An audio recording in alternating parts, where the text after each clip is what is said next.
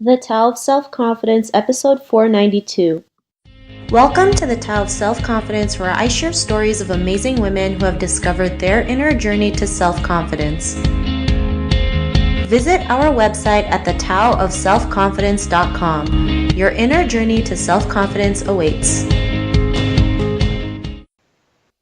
Well, hello, friend. Welcome to the Tao of Self-Confidence, where I share stories of amazing women who have discovered their inner journey to self-confidence. I'm your host today, Sheena Yap Chan, and today I have a phenomenal lady on the show today. She is a yoga teacher, and I'm really excited to have her on today to share her story with us on self-confidence. So without further ado, I'm going to introduce you to Kristin Calabria. Kristin, how are you today? Maybe you can fill in a little bit more about yourself to our listeners.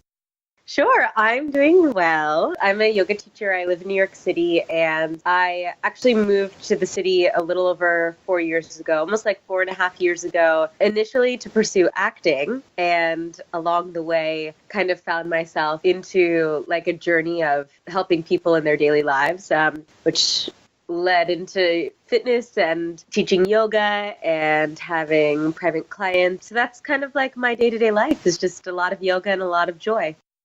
Awesome. Well, thanks for sharing that. And I think, it's great that even though you went to New York for one thing, you were open to go to a different route, which makes more sense to you. So I know sometimes when people go to a different route, they don't understand it, but they just, you just went ahead with it. You went with your gut feeling and took action. So thanks for sharing that. And Kristin, what's your cultural background? I am half Chinese and half Italian. So I'm mixed race. But somebody the other day told me about, like, I always say, like, oh, I'm like half this, half that, which kind of makes it sound like you're not enough of anything. And they were like, what if you reframe that? And we're like, I'm fully mixed. I'm fully, like, I'm fully half and half. So I thought that was a great way to reframe. Awesome. And I like that term too. It sounds good. I mean, I'm fully mixed. I mean, whatever it is, we're still all human beings, right? No matter, Exactly. And, half Asian, half this, half that. It doesn't matter, right? It's like you're a person. So, I think it's great. I also enjoyed that term. So thanks for sharing that. And what would be your favorite self-confidence quote? So my favorite quote is, I tore myself away from the safe comfort of certainties through my love for the truth, and the truth rewarded me. And why I love that quote is because, like, we have all of these things in our mind that we are like, oh, I'm this, I'm that. We label ourselves. And in that way, we almost put these like constraints on who we could be or what we could do, what we could possibly achieve. And I feel like the self is a constantly evolving thing. So if you are more interested in looking for the truth of the moment, the truth of who you are, like beyond all of the labels, beyond all of the identifiers, then you will always be rewarded in the end by finding the truth instead of trying to fit into somebody else's idea of who you are.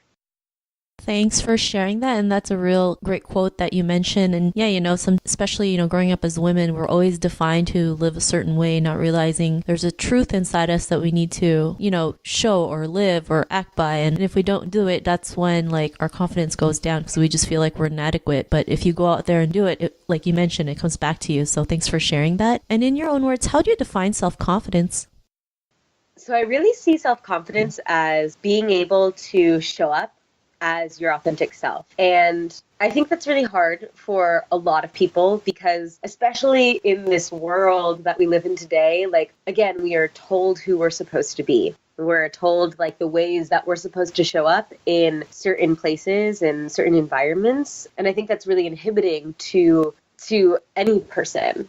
It's like you're less able to speak your truth and to go after the things that you really want and to say no to the things that are not like on your truth barometer. And so to me, being confident is being able to bring all of the self, like the things that you think are flaws, the things that you think are amazing, bring all of that into every moment and act from that place of authenticity.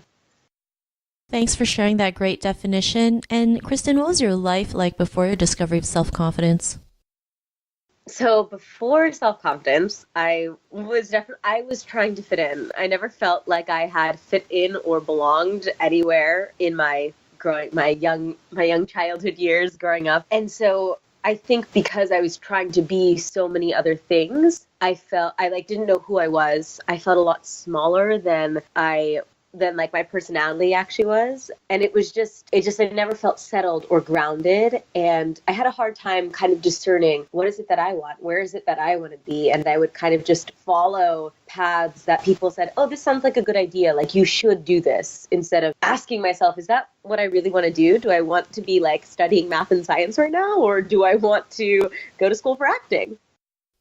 Thanks for sharing that. And I think that's something we all go through, right? You know, there's like two ways that are pulling us apart, right? There's one way where we're taught to live, you know, the way that we're supposed to be living, what we're told to live. And then there's another part. It's like, well, what if I can live this other way, right? Like, this would make me happy. I would be my true self, you know, it'd be enjoyable. And we get so caught up in it, we don't know what to choose, right? What was that moment in your life when you realized you can just go out there and live your life to your design and be that confident person? What was that aha moment? I feel like my aha moment has been a collection of like all of my life.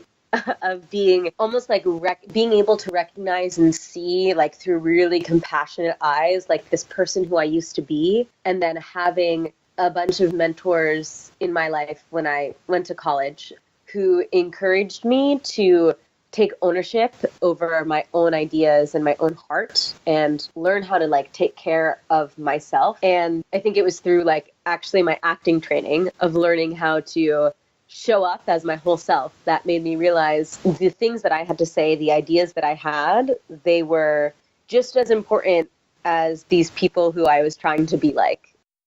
Thanks for sharing that. And, you know, because of those realizations, what's your life been like now?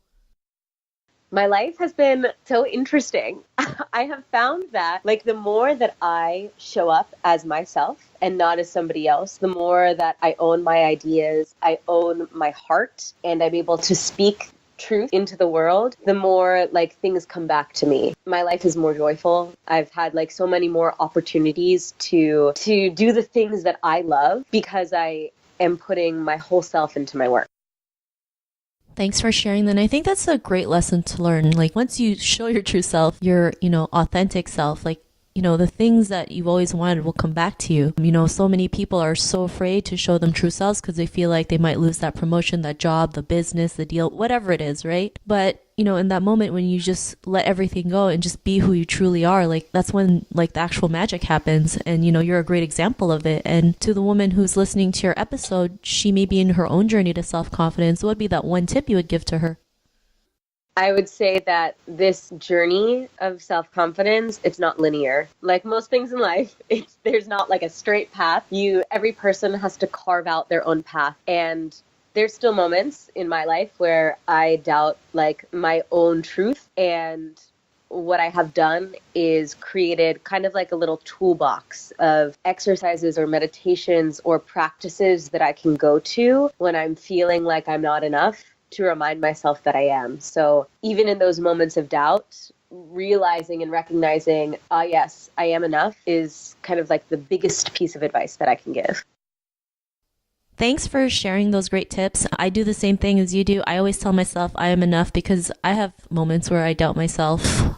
Well, actually, I have a lot of moments where I doubt myself, but I always have mantras that I tell myself that I'm enough, I'm worthy, I'm loved, and I keep going, right? And that's the thing. We all go through moments of self-doubt, but it's just pushing through that is what makes it count. Like you having your toolbox of ways to keep you going. I think that's a great idea. So thanks for sharing that. And Kristin, if our listeners wanted to get to know a little bit more about you and what you do, is there any links or social media profiles we can connect with? Yes, so my website is kristincalabria.com, and on all of the social medias, my username or my handle is at KSTAR Collabs, so K-Star Collabs. Awesome. Well, thanks for sharing that. And to our listeners, if you want to connect with Kristin, you can also head on over to thetaoofselfconfidence.com and search for Kristin's name. Her show notes will pop up along with everything else that we talked about. And I just want to really thank Kristin today for sharing her story and tips with us on self-confidence. So thank you so much, Kristin. Thank you. Not a problem. It was really great having you on the show. And to our listeners, be on the lookout for another new episode of another amazing woman's journey to self-confidence. And we'll catch you later. Bye for now. Bye. Thank you for tuning in to another amazing episode of The Tao of Self-Confidence. Visit our website at thetaoofselfconfidence.com to check out cool resources, blog articles, show recaps, and so much more. Your inner journey to self-confidence awaits.